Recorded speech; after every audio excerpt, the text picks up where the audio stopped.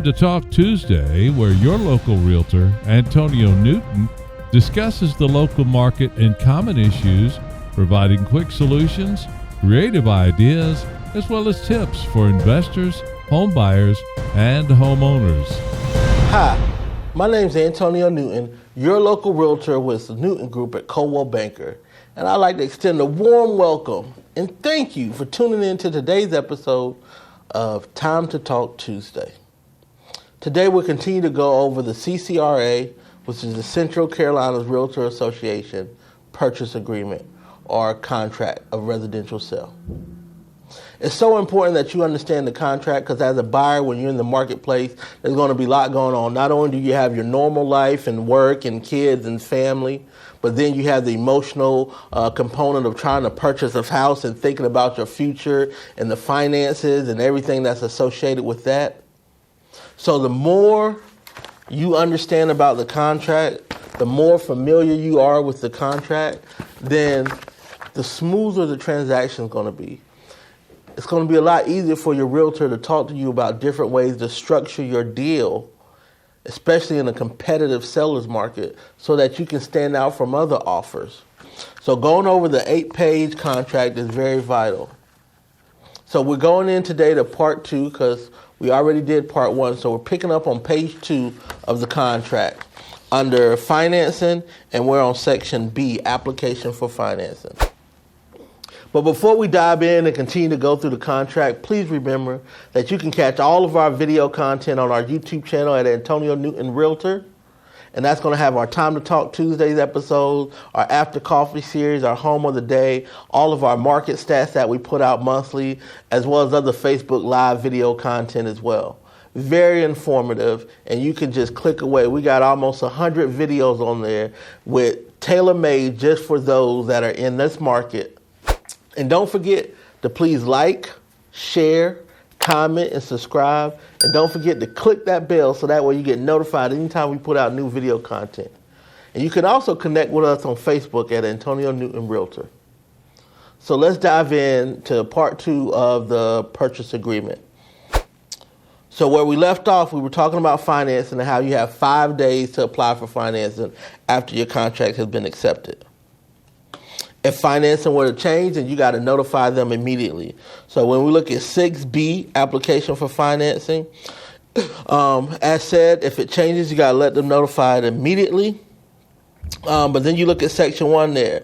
So should buyer fail to apply for the loan within 5 business days, they will be in default of the contract, and the seller will have the option to void the contract, and the seller could potentially get the earnest money. Should the loan be denied while subject to the financing contingency, the contract will be voided, earnest money will be released to the buyer. So if you apply and you get denied, then as a buyer, you get that earnest money back. But if you fail to apply within 5 business days, then as a buyer, you're in default, that earnest money goes back to the seller. Number 2, if your loan is rejected by an initial lender or subsequent lenders, you have to give written notice of each occurrence to the sellers and the seller's agent immediately, and then the seller will have the option to decide if they want to continue to allow you to try to get financing or if they want to void the contract. In this situation, if the seller voids the contract, the earnest money will go back to you. So you apply for a loan, you get denied, you go to another lender, you get denied, you go to another lender, you get denied. We got to let them know, the sellers know, and then the seller will have the option to continue to allow you to shop around for financing, or they can void the contract with you as the buyer getting the earnest money back. Now, if the buyer elects to make any material change to their financial condition after contract acceptance that negatively affects their ability to close the transaction, then the buyer will be in default and the earnest money will be released to the seller. So an example of this is you go out, you're under contract, you go buy a new car, you go open a new credit card, you buy furniture. Anything like this is going to may potentially negative affect you, your DTI or your credit score. And if that enables you not to be able to move forward with the purchase, then you will be in default because you went out and negatively affected your financial position and your buying power. And then clause number 4 is that the buyer is going to give permission to the lender to disclose allowable information to the buyer's loan, to the attorney or to the seller for updates. So you're giving them permission that the seller's agent can call and say, hey, how's everything going? And they can only give out pertinent information. They can't give out your personal information or anything like that, but they can say, hey, it's moving forward. We just got a few conditions we got to meet, et cetera, et cetera.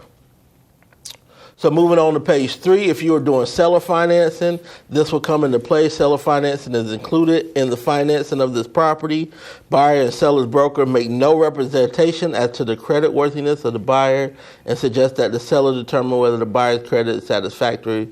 The terms of seller financing should be noted in paragraph 18 of this contract or in a separate addendum. So if you're going to do a seller financing, obviously you have to check that box, but then there's a separate addendum of whatever the term's going to be, and as it says, the agents make no kind of claims of the worthiness of the buyer. And then in a cash transaction, which is D, buyer agrees to provide seller or seller's broker within 5 business days after acceptance, written verification of availability of funds, or what we call proof of funds, the POF. This will come from a lending institution or from your bank saying that you have X amount of dollars in your account to purchase the property. This can be a letter from your bank where you have your account at, or some people have actually sent their account statements and, block out the account numbers and the important information like that. Of course, as it says, if the buyer does not comply with that, then the seller will have the obligation of voiding the contract and the earnest money will be released to the seller. E, appraisal contingency.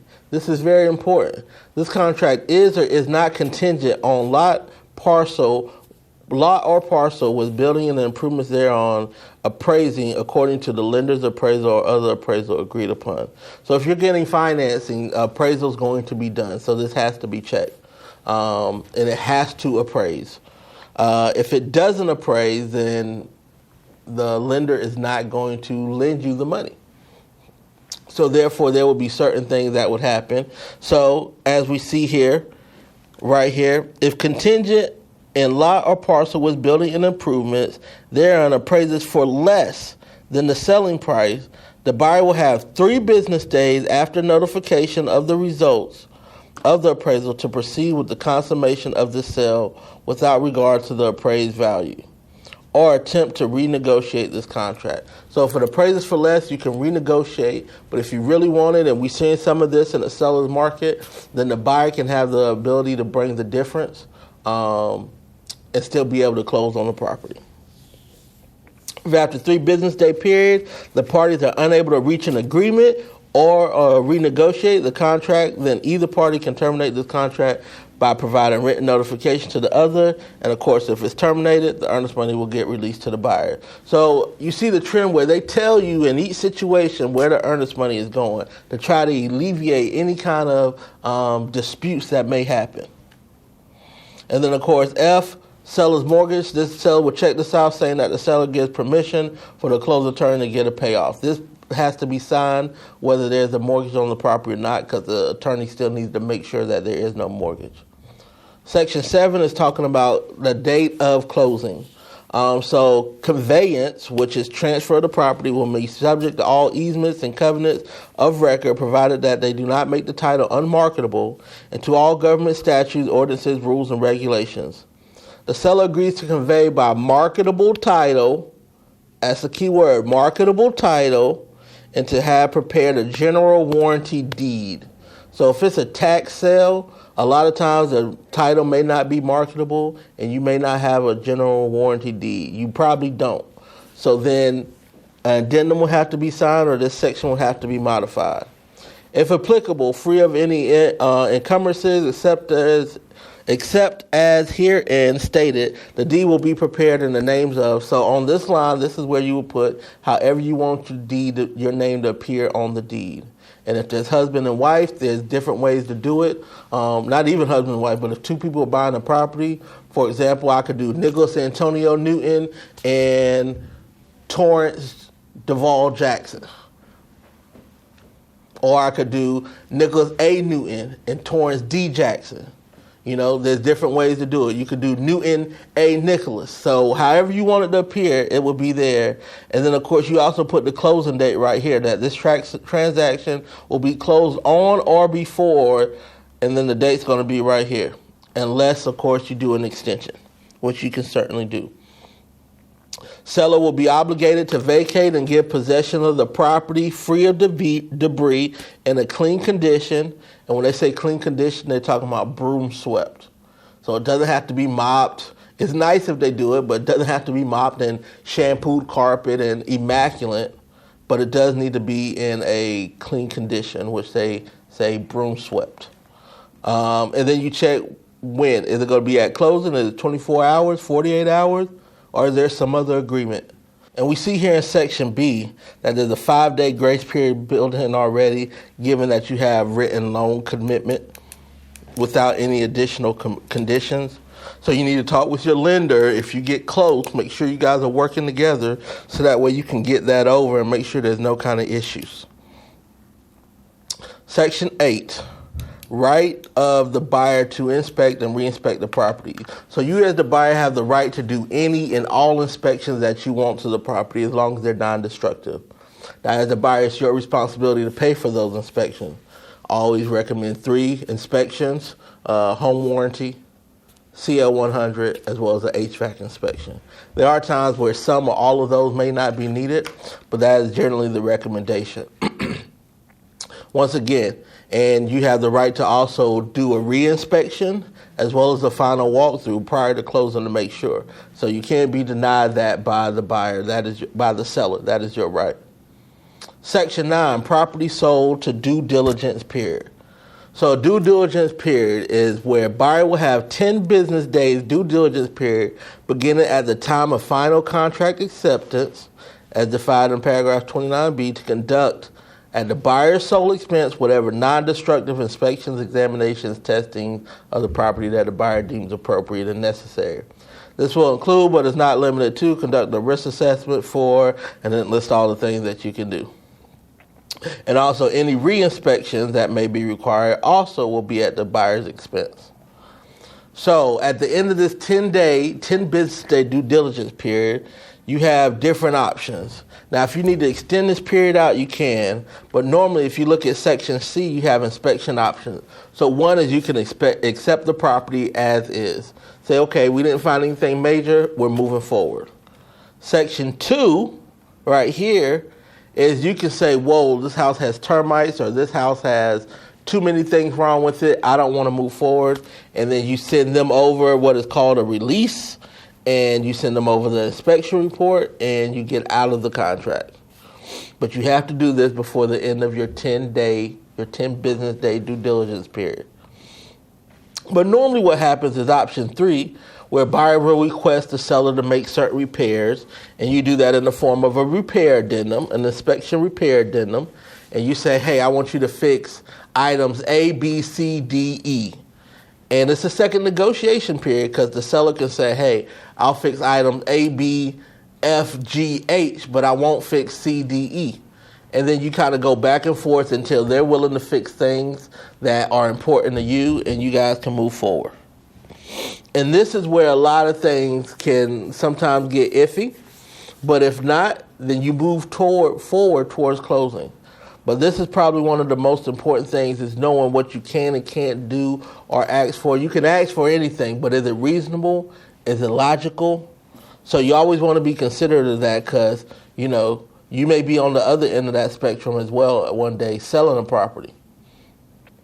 So that's part 2 of our contract series that we've done. And then when we come back, next time we'll finish it up. Because I really want to spend time on those first 2 parts because they're so important in terms of the earnest money, the financing, and the inspections. And really the whole contract is important. I want to make sure you as a buyer understand what your obligations are in those 2 because that's where a lot of earnest money and a lot of disputes arise at. If you're interested, make sure you tune in to Time to Talk Tuesday next week. Thank you as always for watching and stay safe. Once again, I'm Antonio Newton, your local realtor with the Newton Group at Coldwell Banker. This episode of Time to Talk Tuesday was brought to you by the Newton Group at Coldwell Banker, where nothing works until we do. Look for our episodes every Tuesday where Antonio Newton discusses the local market and common issues while providing quick solutions, creative ideas, as well as tips for investors, home buyers, and homeowners. If you'd like to reach out to us, we can be reached online and on land at area code 803-608-2597. So until next time, here's wishing you all fair winds, following seas, and gentle tides.